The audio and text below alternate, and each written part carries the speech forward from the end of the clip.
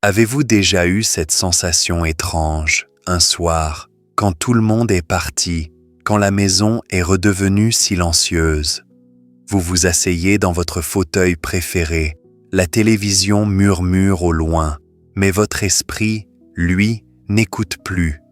Il vagabonde, il se pose des questions que vous n'avez jamais osé formuler à voix haute. Et si un jour on m'oubliait? Et si, malgré toutes ces années à aimer, à donner, à construire une famille, à partager des repas, à consoler, à rire, à pleurer, je finissais par disparaître des souvenirs?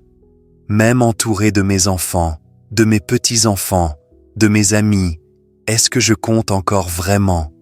Est-ce que je suis plus qu'une présence discrète, une silhouette dans le décor? Cette peur, elle est là, tapie dans l'ombre, parfois très discrète, parfois si forte qu'elle serre la gorge. On n'en parle pas. On se dit que c'est égoïste, qu'il faut penser aux autres, qu'il ne faut pas se plaindre. Mais au fond, ce que l'on ressent, c'est ce besoin immense de ne pas être oublié, de laisser une trace, de compter pour quelqu'un. Ce n'est pas de la faiblesse, ce n'est pas de l'égoïsme.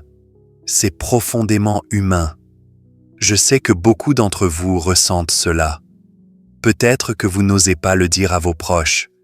Peut-être que vous avez peur qu'on vous juge, qu'on vous dise « Mais non, tu es là, tout va bien ».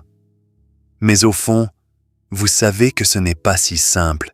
On peut être là, au milieu des siens, et se sentir seul.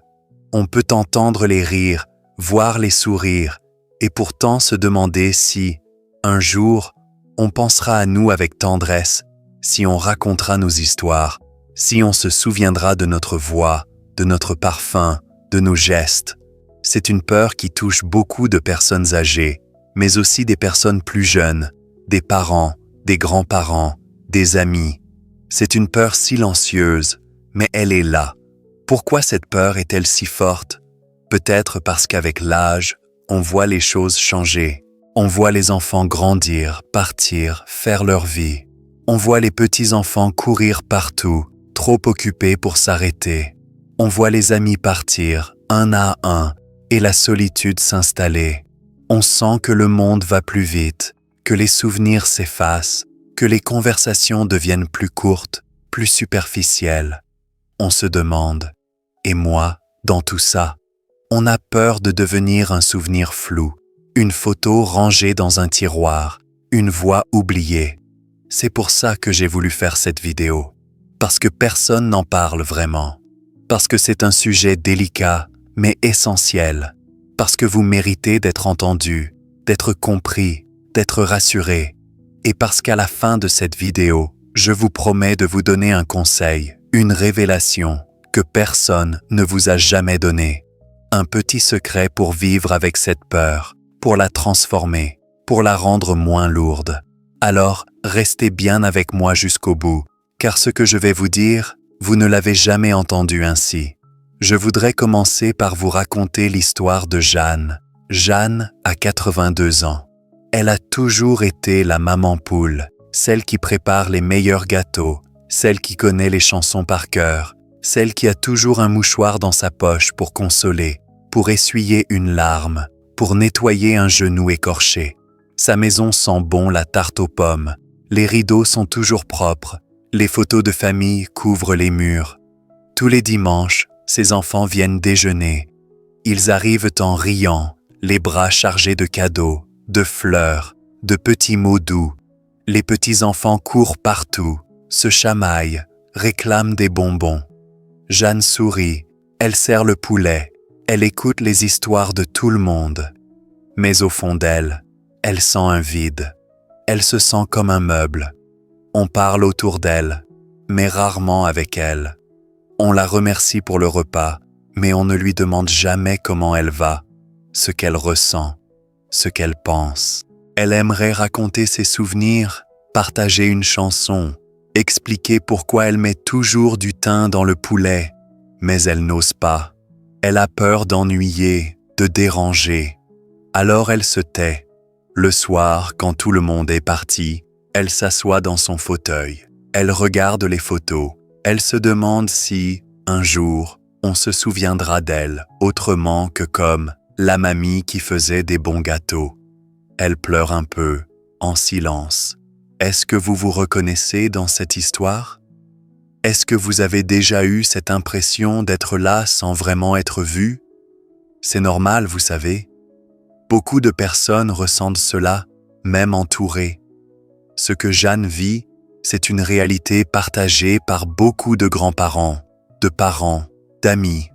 Jeanne a fini par comprendre quelque chose. Un jour, elle a décidé de parler. Ce n'était pas facile. Elle a attendu la fin du repas, quand tout le monde était un peu fatigué, un peu plus calme. Elle a dit « Vous savez, j'aimerais bien vous raconter comment j'ai appris à faire ce gâteau. » Au début, les enfants ont souri, un peu gênés, mais elle a insisté, doucement.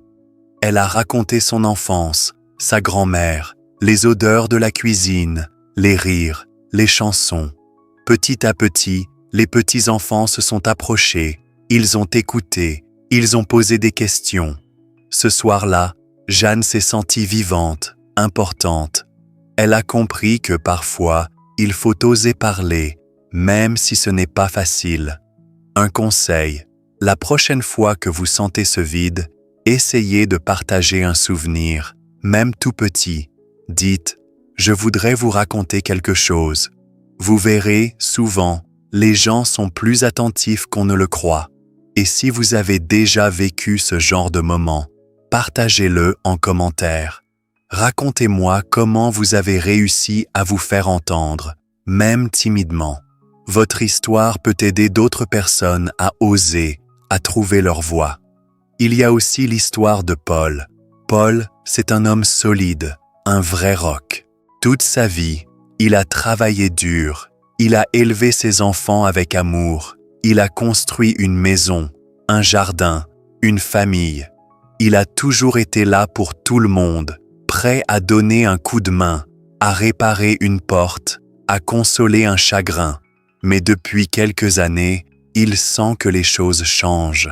Les enfants sont occupés, ils courent partout, ils parlent de leur travail, de leurs soucis. Les petits-enfants sont scotchés à leur téléphone, ils rient, ils s'agitent, mais ils ne regardent plus vraiment Paul. Lors des repas de famille, il y a parfois des tensions, des disputes pour des broutilles. Paul se tait. Il a peur de dire quelque chose qui fâche. Il a peur de ne pas comprendre, de ne plus être à la page. Il se sent de trop, comme un invité de dernière minute. Un jour, lors d'un anniversaire, il s'est surpris à penser « À quoi bon venir si personne ne m'écoute ?» Cette pensée l'a bouleversé. Il s'est senti inutile, transparent, comme une ombre. Peut-être que vous aussi, vous avez déjà ressenti ça. Même entouré, on peut se sentir seul, surtout quand la famille traverse des moments difficiles. On se dit que ce n'est pas notre place, qu'on ne sert plus à rien. Mais Paul, un jour, a décidé de changer les choses. Il a commencé à poser des questions à ses petits-enfants. Il leur a demandé ce qu'ils faisaient à l'école, ce qu'ils aimaient, ce qui les faisait rire. Au début, ils ont répondu du bout des lèvres, un peu gênés. Mais Paul a insisté, gentiment. Il a écouté, il a ri, même quand il ne comprenait pas tout. Petit à petit, les petits-enfants ont pris l'habitude de venir lui raconter leurs histoires, leurs secrets, leurs rêves. Paul a retrouvé sa place.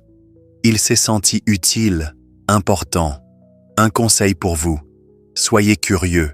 Même si vous ne comprenez pas tout, même si les sujets vous semblent loin de votre vie, montrez que vous vous intéressez. Demandez à vos proches de vous expliquer ce qu'ils aiment, ce qu'ils font. Parfois, les jeunes n'osent pas venir vers les anciens. Ils ont peur de déranger, de ne pas être compris. Mais si vous faites le premier pas, vous verrez, ça change tout. Et vous, est-ce que vous avez déjà vécu une situation où vous vous sentiez de trop? Racontez-le dans les commentaires. Je lis tous vos messages et je suis sûr que vos histoires peuvent toucher d'autres personnes. Je voudrais maintenant vous parler de Lucette. Lucette, c'est une femme discrète, douce, toujours souriante. Elle n'a jamais voulu faire de vagues, elle a toujours pensé aux autres avant elle. Mais au fond d'elle, elle a un grand besoin d'amour, d'attention. Depuis qu'elle a perdu son mari, elle se sent un peu perdue. Les enfants viennent la voir, mais pas aussi souvent qu'elle le voudrait. Elle se dit « Je ne veux pas embêter mes enfants, ils ont leur vie, leurs soucis. » Alors elle garde tout pour elle. Elle ne dit rien quand elle a mal, quand elle se sent seule, quand elle a peur. Mais le poids devient lourd, très lourd. Un jour, elle a eu un petit accident, rien de grave, mais elle a eu peur. Elle s'est dit « Si je ne dis rien, comment mes enfants peuvent-ils savoir ce dont j'ai besoin ?» Ce jour-là, elle a pris son téléphone. Elle a appelé sa fille. Elle lui a simplement dit « J'aimerais bien te voir un peu plus souvent. » Sa fille a été surprise, un peu gênée, mais elle a compris. Depuis, Lucette ose un peu plus dire ce qu'elle ressent. Ce n'est pas facile, mais c'est important. Si vous aussi, vous avez du mal à demander de l'attention, rappelez-vous que vos proches ne peuvent pas deviner ce que vous ressentez. Une petite astuce, écrivez une lettre ou un petit mot. Parfois, c'est plus facile que de parler. Dites ce que vous ressentez, ce dont vous avez besoin. Vous verrez, ça fait du bien, ça libère. Et souvent, les proches sont touchés, ils comprennent mieux, ils font plus attention. Est-ce que vous avez déjà essayé d'exprimer vos besoins? Dites-le moi en commentaire ou partagez vos astuces pour oser demander de l'aide. Votre expérience peut aider d'autres personnes à franchir le pas. Il y a aussi cette question du silence, de l'invisibilité. Parfois, même au milieu de la famille, on se sent invisible. On a l'impression que les discussions ne nous concernent plus, que nos avis ne comptent plus. C'est ce qui est arrivé à Marcel. Marcel adore raconter des histoires. Il a des souvenirs plein la tête, des anecdotes drôles, des aventures incroyables. Mais il a remarqué que, souvent, on ne l'écoute plus. Les gens sont pressés, ils regardent leur téléphone, ils parlent d'autre chose. Marcel s'est replié sur lui-même. Il a arrêté de parler, de peur d'ennuyer, de ne pas être compris. Il s'est dit « À quoi bon raconter si personne n'écoute ?» Mais un jour, son petit-fils lui a demandé « Papy, tu peux me raconter comment c'était quand tu étais jeune ?» Marcel a vu les yeux de son petit-fils briller. Il a compris que, même si tout le monde ne l'écoute pas, il y a toujours quelqu'un qui a envie d'entendre ses histoires. Il a raconté, il a vu l'émerveillement dans les yeux de son petit-fils, il a retrouvé le goût de partager. Si vous vous sentez invisible, ne baissez pas les bras. Continuez à partager vos souvenirs, même si ce n'est qu'avec une seule personne. Parfois, il suffit d'un seul regard, d'une oreille attentive, pour se sentir exister. Un conseil, proposez à votre famille un moment histoire. Dites-leur, aujourd'hui, je voudrais vous raconter un souvenir. Vous serez surpris de voir à quel point les jeunes aiment écouter quand on leur laisse la chance. Et vous, quelle est l'histoire que vous aimeriez transmettre? Partagez-la en commentaire, je suis sûr qu'elle est précieuse. Peut-être qu'un jour, ce sera votre histoire qui sera racontée à une nouvelle génération. Parlons maintenant d'un moment particulier, les anniversaires, les fêtes ou même la maladie. Ce sont des moments où la peur d'être oublié peut être très forte. Prenons l'exemple de Simone. Pour ses 80 ans, elle avait rêvé d'une grande fête. Elle avait imaginé la table pleine, les rires, les chansons, les bougies, les cadeaux. Mais ce jour-là, tout le monde était occupé. Quelques messages, un coup de fil rapide, et puis c'est tout. Simone a eu mal au cœur. Elle s'est dit « Voilà, c'est comme ça qu'on m'oublie. » Elle a ressenti une tristesse profonde, un sentiment d'abandon. Mais elle a décidé de ne pas se laisser abattre. Elle a pris son carnet, elle a noté tous les souvenirs heureux qu'elle avait vécus. Elle a relu ses lettres, ses cartes postales, Elle a regardé ses photos. Elle a compris que, même si les autres oublient parfois, elle peut garder vivants ses propres souvenirs. Elle a décidé d'organiser un petit goûter avec ses voisines, de partager un gâteau, de rire, de chanter. Ce n'était pas la grande fête qu'elle avait imaginée, mais c'était un moment de bonheur, de partage. Si vous traversez un moment difficile, essayez de faire comme Simone. Rassemblez vos souvenirs, vos photos, vos petits trésors. Parlez-en à quelqu'un ou écrivez-les. Vous verrez, ça aide à se rappeler qu'on a eu une belle vie, qu'on a compté pour beaucoup de gens. Et si vous avez envie de partager un souvenir heureux, n'hésitez pas à le mettre en commentaire. Ça fera du bien à tout le monde et peut-être que ça donnera des idées à d'autres pour créer de nouveaux souvenirs. Je veux maintenant vous révéler quelque chose que peu de gens savent.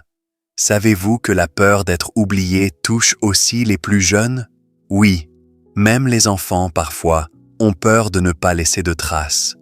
On croit souvent que c'est une peur de vieux, mais non, c'est une peur humaine. Ce qui change, c'est la façon dont on y répond.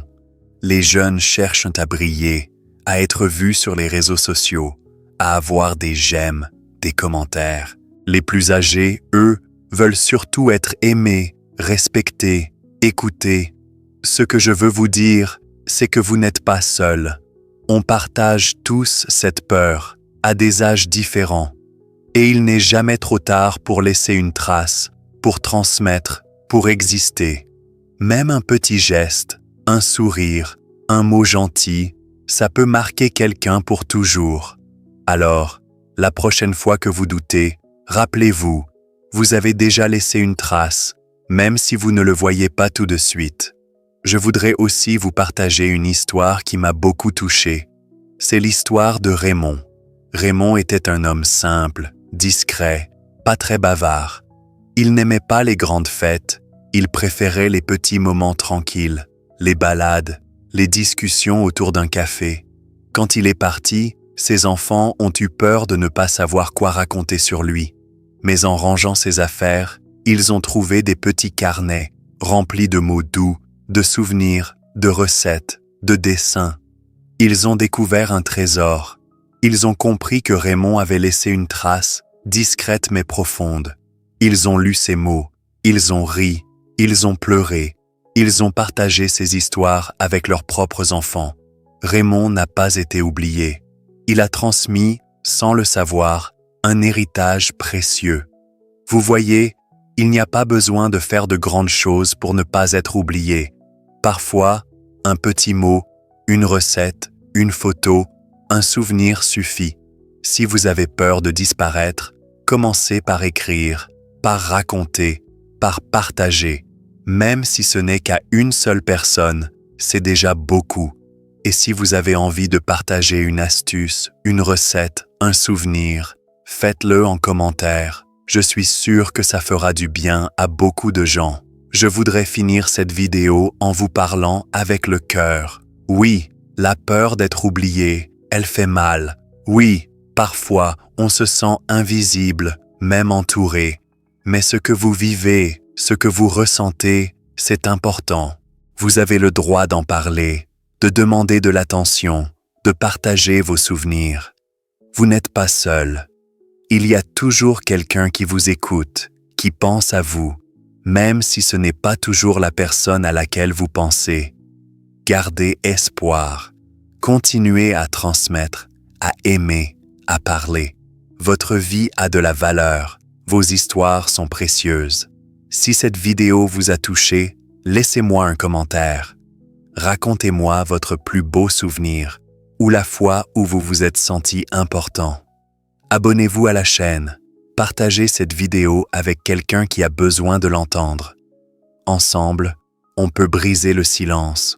On peut montrer que chaque vie compte, que personne ne doit partir sans avoir été entendu. Merci d'avoir regardé jusqu'au bout. Je vous envoie toute mon affection et je vous dis à très bientôt. Prenez soin de vous et souvenez-vous, vous n'êtes pas oubliés.